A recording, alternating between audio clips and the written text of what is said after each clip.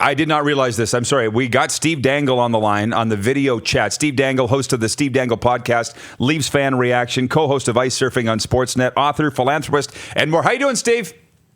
Hey, great. How about you? Hey, very well. Thanks for joining us again. Look, I'm going to jump right. I know we have some charitable things to talk about and so forth, but look, from what I saw, and I saw a smidgen of the Leafs game at the Islanders last night, another loss. People are very upset. People are saying they know more than Mike Babcock.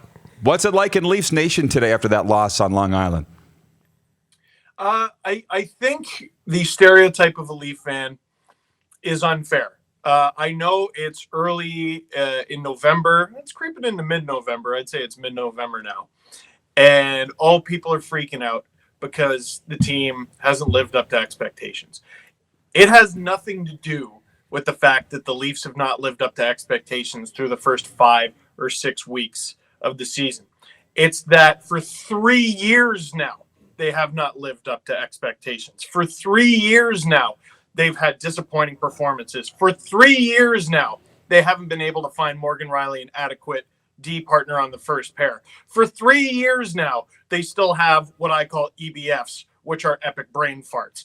For 3 years now, we've been talking about the backup goalie situation and how that's going to get solved. For 3 years now, Mike Babcock has been getting his lunch fed to him. Like Bruce Cassidy with the Boston Bruins has outcoached him in the playoffs.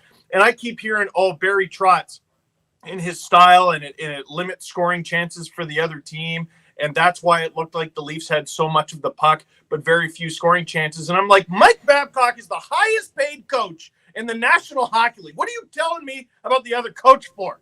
The Leafs should be out coaching the other team every single night, and they're not. So it's not that we're out running out of patience with this season. It's that we haven't seen a lick of change since 2017. Hi, how you doing, Rod? Wow. That's good. That's good. Somebody take this man's pulse. And there's Rod's rant for Bronco Plumbing and Heating. Good. I don't have to do it today. Darren, are you with him? Does he speak for all Leafs Nation? Are you? Because this is the Leafs fan in the bunker here right now, along with producer Clark. At least you're not upset about it. At least you're good, right? Well, yeah. There were bets. I don't know if you saw betting line in Vegas that Mike Babcock was like top 3 first coach to be fired if you wanted to bet on that. Paul Maurice was another, and I can't remember the third. But sorry, I just wanted to interject with that. Darren. No, we get excited about every coach, though. We get excited, but we got excited about Randy Carlyle. We thought he was going to be the next guy. Ron Wilson. We think everybody is going to be able to come in here and fix it, and they're going to be able to block out the media, and they're all going to be able to do their own thing. I don't know. Do you have any idea of what it's going to take to fix this or to turn things around? Because there's enough talent there.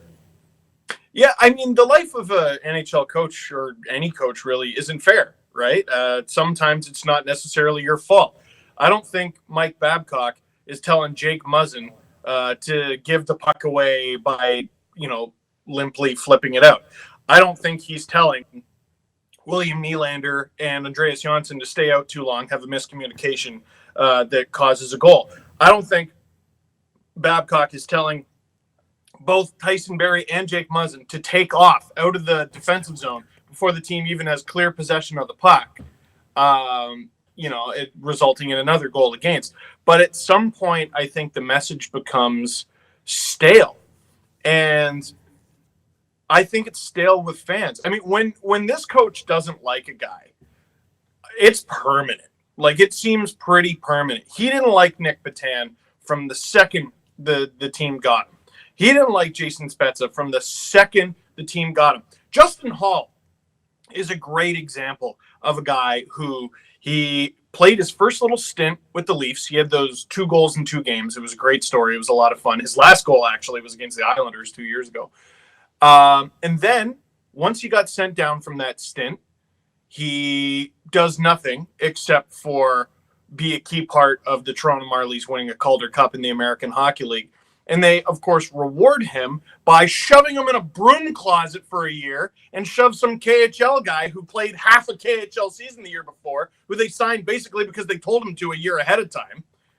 And now he comes in and he's good. It's like, yeah, we knew he was good, but you decided you didn't like him last year. Josh Levo is a Vancouver Canuck because they would not give him a chance. And then once they finally did, it was too late because the lineup was too full and you had to either waive him and get nothing for him or get a cheap prospect for him from the Canucks, who, by the way, they gave away in the Zaitsev trade. It's not everything is Mike Babcock's fault, but sometimes he's taught them everything that there is to teach, and it's time to move on and go to the next guy. Don't tell me he can't be fired. Joel Quenneville got fired. Anyone can be fired, and I think it's time. So basically, it sounds to me that you're writing off the season, even though they're about 500 and we've played about 25% of the year. Like you're done. It's irreparable. It's over. Correct? I mean, everything is fixable. Look at the St. Louis Blues last year, who were last place in. Oh, they fired their coach. Oh, well, I mean, and the Pittsburgh Penguins. I mean, the first year they had Phil Kessel. They went through, all this change, and it looked like they weren't going to make the play. Oh, they fired their coach too. Oh, that's interesting. Like with this, I'm just so frustrated with the lack of change. The penalty kill sucks, and they've done virtually no personnel change. They fired both coaches. The power play sucks, which is weird because they brought in a guy who had the second-ranked power play last year. If you've watched any Leaf games this season, that Morgan Riley, Cody Ceci pairing is shocking. Shocking. They cannot play at the NHL level together. They're so bad. They're so bad. Morgan Riley, I know, is not at 100%. He's missed a lot of practices this season, so I'm confused. It's not that I'm writing off the Leafs season. I'm actually optimistic for the Leafs season. I think Leaf fans are optimistic for the Leafs season because they look at the team on paper and they go, hey, that's pretty good. And then they go, what do you mean Tyson Barrie hasn't gotten a point for 16 games? I just think the way to salvage the season is to get a new coach. Okay, so just one point.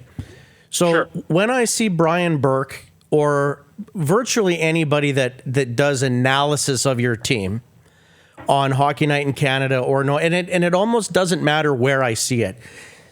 Yes, they have some of the same concerns that you do for sure, but every single person that I have a lot of respect for that knows the game far better than I do, that sees it every day, says they're way too soft, and you can't blame a coach when you've surrounded the entire dressing room full of soft guys that would make it almost impossible to win in the playoffs. If the DNA is not there, it doesn't matter who you're Scotty Bolton, doesn't matter who you have.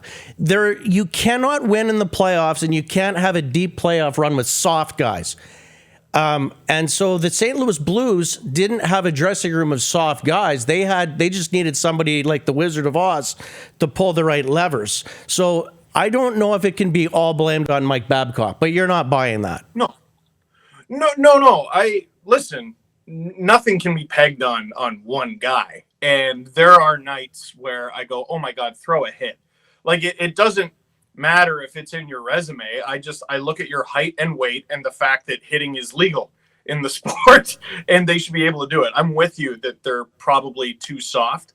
And there's guys within the organization. Like, I don't even think they need to make a trade. There's guys within the organization who I know can do that. But I just think I have a hard time believing, especially when I watch them and I see how guys on this team have played in years past. I have a hard time believing they're playing at 100% right now for this coach. And, I get to talk to, former players all the time, and they talk about coaches they liked and guys they run through a wall for. I don't think this is that dude. And life's not fair for NHL coaches, but I don't think it's that dude. Well, we'll see. They say the cream rises to the top, or the wheat separates from the chaff. That's a Western term around U.S. Thanksgiving. So we'll see. You got about a week for that to happen. Steve, just before we let you go, some charitable things that you're doing. You got a book out there. Can you plug that for us? Oh my God. Yeah. Here, let me reach it right now. There you go. This team is ruining my life. I love them. How I became a professional hockey fan. It's a hockey book that's not really about hockey. It's about like sports media and just how I grew 10 feet and shoved them all in enough doors that I somehow sort of broke through in this business. It's been a wacky journey so far, and it's definitely not over. I hope. I'm only 31. So there's that. I'm doing Movember. That's what this abomination is. So just Google Steve Dangle Movember, sorry, and donate to that page, please. But what I'm working on for the next 48 hours is Easter Seals Ontario. It's a charity that helps out kids with physical disabilities. It's a charity that helped out my family personally when I was a kid. My sister was born at just 24 weeks. She has cerebral palsy, autism, and many other difficulties. And Easter Seals was always there when I was a kid. So we're trying to raise as much money as possible in the Eric Lindros Celebrity Hockey Classic. The top fundraising team gets to play with Eric Lindros on their team, and I want the Big E on my team. And right now we're at $75,000 raised. That's Rachel's Raiders, but I want more. Why not 88,000? I think that sounds pretty appropriate for Eric Lindros. And if you get all the way up to 88, why not make it 100,000? So celebrityhockeyclassics.com. Go to the Eric Lindros Celebrity Hockey Classic, and my team is Rachel's Raiders. Awesome. And we got job, a great Steve. coach. Yeah, for sure. Well, at least somebody in Toronto does. Thanks for your time, my man. And until next time, man, I hope it turns around. Yeah, well, we'll see. All right. Steve Dangle joining us this morning. You're watching Rod Pedersen On Demand. For more of The Rod Pedersen Show, visit rodpedersen.com or follow Rod Pedersen on social media.